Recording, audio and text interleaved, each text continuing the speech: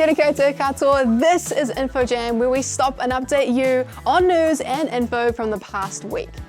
Leading news this week, Prime Minister Jacinda Ardern has in the past week tested positive for COVID-19. Ardern has been in isolation since Sunday the 8th of May when her partner Clark Gayford tested positive for the virus. The Prime Minister has been symptomatic since last Friday evening and then returned a positive RAT test.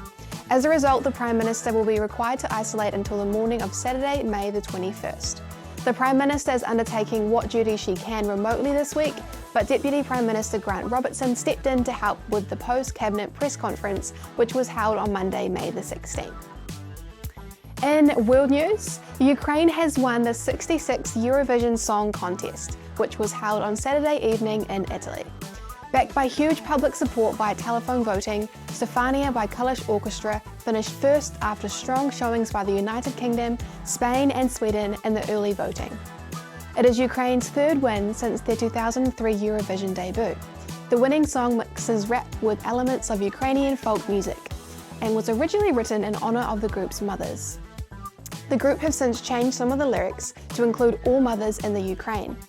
The 6 men who make up the group had to receive special permits to leave Ukraine and travel to Italy during the war. From the Odd Stuff file, did you blame someone for something last Friday? If you did, that was okay, because Friday the 13th of May was Blame Someone Else Day.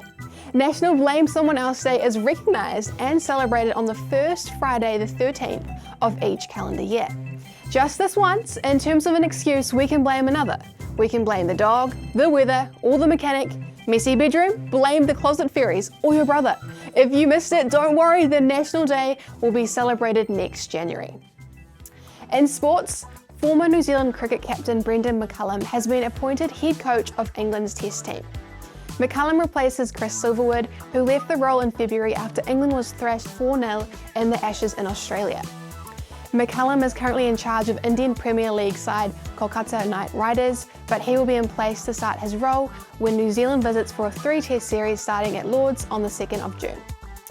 Apart from coaching the Kolkata IPL franchise, McCullum who also worked with the Trimbago Knight Riders in the T20 Caribbean Premier League.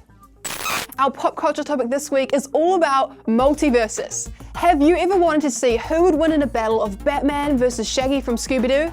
Well, Warner Bros. Have created a game where you can battle legendary characters against each other in a Smash Bros. Style platform. A cinematic trailer was released on the 17th of May and featured characters such as Harley Quinn, Superman, Tom and Jerry, and Jake and Finn from Adventure Time. The game is free to play with an ever-expanding cast of iconic characters you can choose from.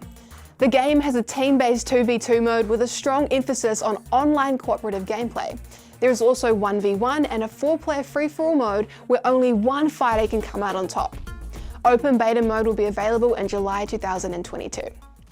Finally, the value of the week this week is still collaboration. Remember, to collaborate means to work jointly on an activity or project. There are times when we can feel frustrated when we can't achieve everything we want to. In these times, what's helpful to remember is to collaborate with others. When you can't accomplish something alone, find others you can collaborate with. A few ways to collaborate are to know your project, identify the need, and lastly, find others to collaborate with. A helpful way to remember the value of collaboration is the catchphrase, which is get it done with more than one. And a massive shout out to Liberton Christian School. Have a solid day, team. Well, that's it for this week's InfoJam. If you want to know more about these stories and others like them, make sure you have a look around kiwikidsnews.co.nz and remember to tune in next week for our next InfoJam. Ka kite anō.